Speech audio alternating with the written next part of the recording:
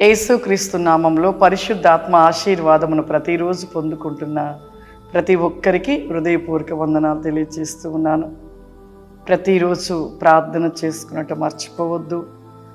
మీ పిల్లల్ని కూడా ఉదయకాలము లేచిన వెంటనే ప్రార్థనలో కాసేపు వాళ్ళని ప్రార్థన చేయడం వారికి నేర్పించండి. వాక్యం చదవడం ప్రతిరోజు కూడా నేర్పించండి. తల్లిదండ్రులు మీరు నడిచే మార్గంలో పిల్లలు కూడా నడిపించే రీతిలో ఉంటే పిల్లలు ఖచ్చితంగా ఎదుగుతున్న కొలది కూడా వారు కూడా దీవించబడుతూ ఉంటారు. ఈరోజు పరిశుద్ధాత్మ దేవుడు మనకిస్తూ ఉన్న వాగ్దానము దావీదు రాసిన కీర్తనలో 106 అధ్యాయము 25వ వచనము. యెహోవా మాట ఆలకింపక వారు తమ గుడారంలో సనుగుకునిరి. యెహోవా మాట ఆలకింపక. చాలా మంది ఈ రోజులలో దేవుని మాట విననెల్లని ప్రజలుగా ఉంటున్నారు. ఎవరు ఇలా సనుగుకొన్నది అంటే ఇశ్రాయేలు ప్రజలు దేవుడు చేసిన ఎన్ని అద్భుత కార్యాలు. ఐగుప్తు దేశంలో వారి పరిస్థితి ఏమిటి? వారు భయంకరమైన శ్రమలో ఉన్నారు. ఐగుప్తు దేశంలో బానిస బ్రతుకులో ఉన్న ఒక ఇశ్రాయేలు ప్రజల్ని ప్రభు విడిపించి రక్షించి, దేవాది దేవుడు విడిపించి రక్షించి వారిని తీసుకొని పాలు తేళ్లు ప్రవేశించే ఒక దేశంలో వారిని సంతోషపరచాలని దేవాది దేవుడు ఎంతగా అనుకుంటే, నిజంగా ఆ ఇశ్రాయేలు ప్రజల మధ్యలో దేవుడు ఎన్ని అద్భుత కార్యాలు చేయలేదు. ఎర్ర సముద్రము 2 పాయలుగా చీల్చాడు. ఎన్నో అద్భుతాలు. ఎరుకో గోడను కూల్చివేశాడు. ఇంకా అసలు ఆ అరణ్యములు అన్నీ కూడా అద్భుతాలే. అనేకమైన ఆశ్చర్యకార్యాలు చూశారు.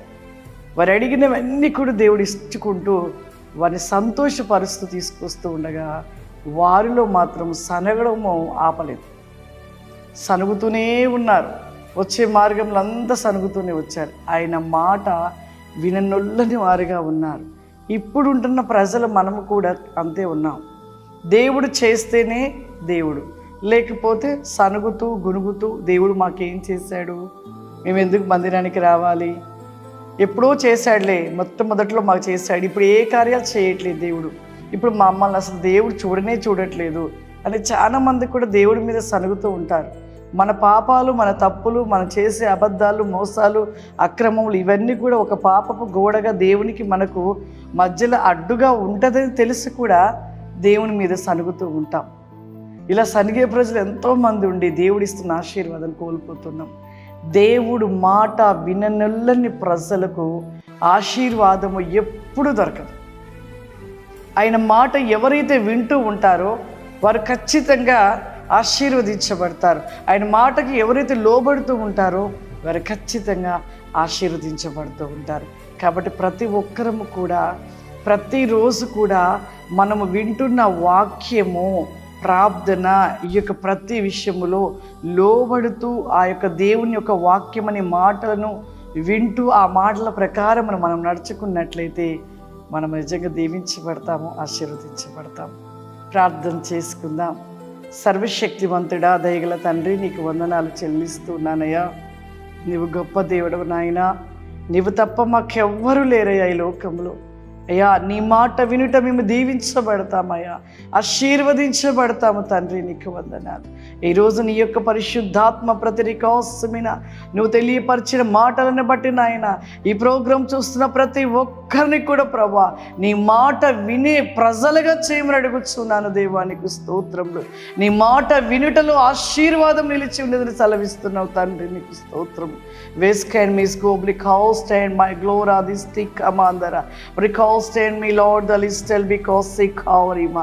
ఈ ప్రోగ్రామ్ చూస్తున్న ప్రతి బిడ్డను మీరు దీవించండి, ఆశీర్వదించండి. ఏ యొక్క కొదువ ఉన్నదో బట్టి కొదువను తీర్చి సమృద్ధిని అనుగ్రహించండి నాయన.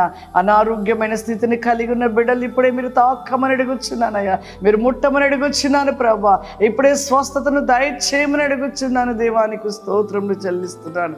విజన్ ఆర్ ద గ్లోరా బాస్తి కమాందర ప్రశూరిల రది కమాందర పరిశుద్ధాత్మ మీ శక్తి చేత నింపండి అయ్యా, మీ అగ్ని చేత మండించండి నాయన.